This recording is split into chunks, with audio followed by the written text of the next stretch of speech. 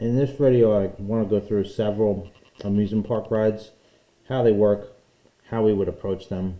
Essentially, the first thing we probably go through is a roller coaster. So in a roller coaster, you go over bumps and dips.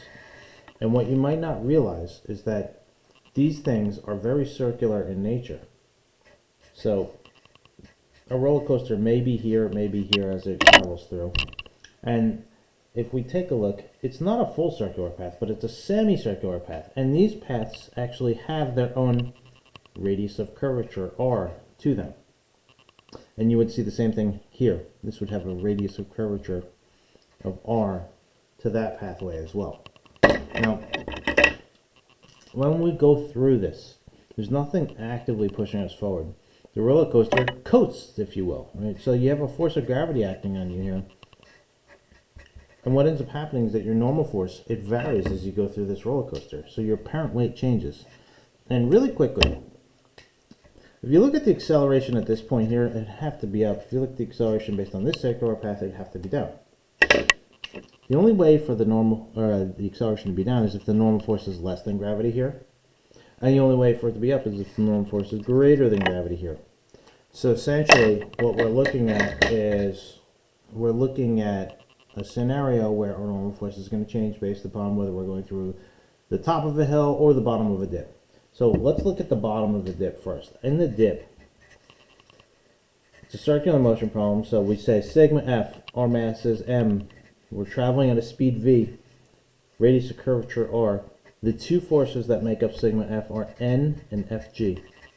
So if we happen to solve for n here, what we would get is we would get n equals mv squared plus fg. Now what that tells me is this. Our normal force is by default greater than the force of gravity here.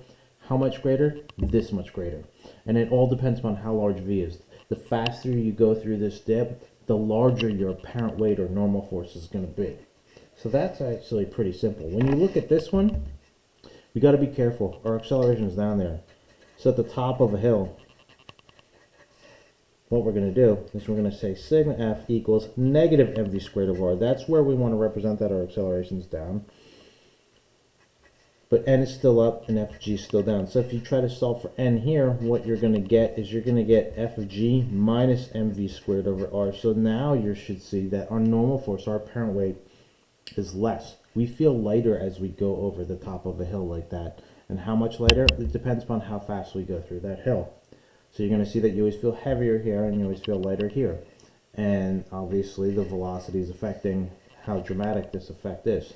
Now one thing we got to recognize here is that, if you're looking at this expression here, as v goes up, n keeps going down. And eventually n would reach 0. So it turns out that if you're going through a hill like this and you go through too fast, off you go. You could go flying up in the air. And we can calculate how that happens as well. So if we go back to this expression right here, and let's just set n equal to 0, because that is the point at which you literally leave the ground here. So by doing that, I have negative mv squared over r, and then I have that 0, and then I have negative fg, which would be negative mg. And what you're going to see is that the negative signs cancel out, the m's cancel out, and you multiply both sides by r and square root to solve for v, and you get v equals radical gr. Basically, this is the maximum speed that we can have going through this obstacle right here. So anything above it, we're going to catch air. Anything below it, then we're safely going to navigate through this hill. Now, in a roller coaster, you can also encounter a loop, right? And everybody kind of knows you need to be going fast through the loop in order to make it through. So everybody's biggest fear is always that they're going to fall out at the top of the loop. And we can take a look at the physics and see what's happening here. Now you got to be careful because the surface is above us and it's pushing down on us. Always away from the surface, perpendicular away from the surface. So your normal force is pointing down here.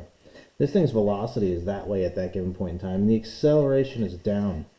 So if you want to approach this problem and see how you're feeling here, the acceleration is down, so we're at negative mv squared over r.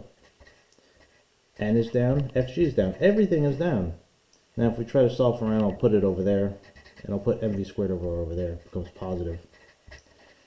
And what you're going to find is that you may feel heavier, you may feel lighter here. It actually all depends upon your velocity. Both are possibilities. You can actually even feel your regular weight if this is twice the force of gravity. It all depends upon v. So you can have multiple scenarios happening here.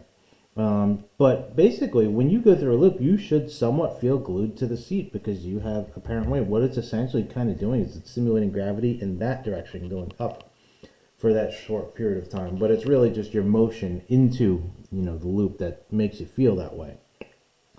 Now that being said, everybody's fear is that they fall out. So if we take the same approach here, if you were going through and then you did one of these and just fell out, basically you'd be losing contact with the ground. So if you set n equal to 0, what you could do is you could find the speed at which that would happen. So we can do the same thing. Start here and write n equals 0, and really quickly you're going to see that this appears over and over and over again. mv squared over r equals negative mg. You solve for v here, you're going to get radical gr. Although now it's a minimum speed instead of a maximum speed. So we've calculated the threshold value. But anything above that speed, we're going to make it through this loop safely. Anything below, we wouldn't make it through safely.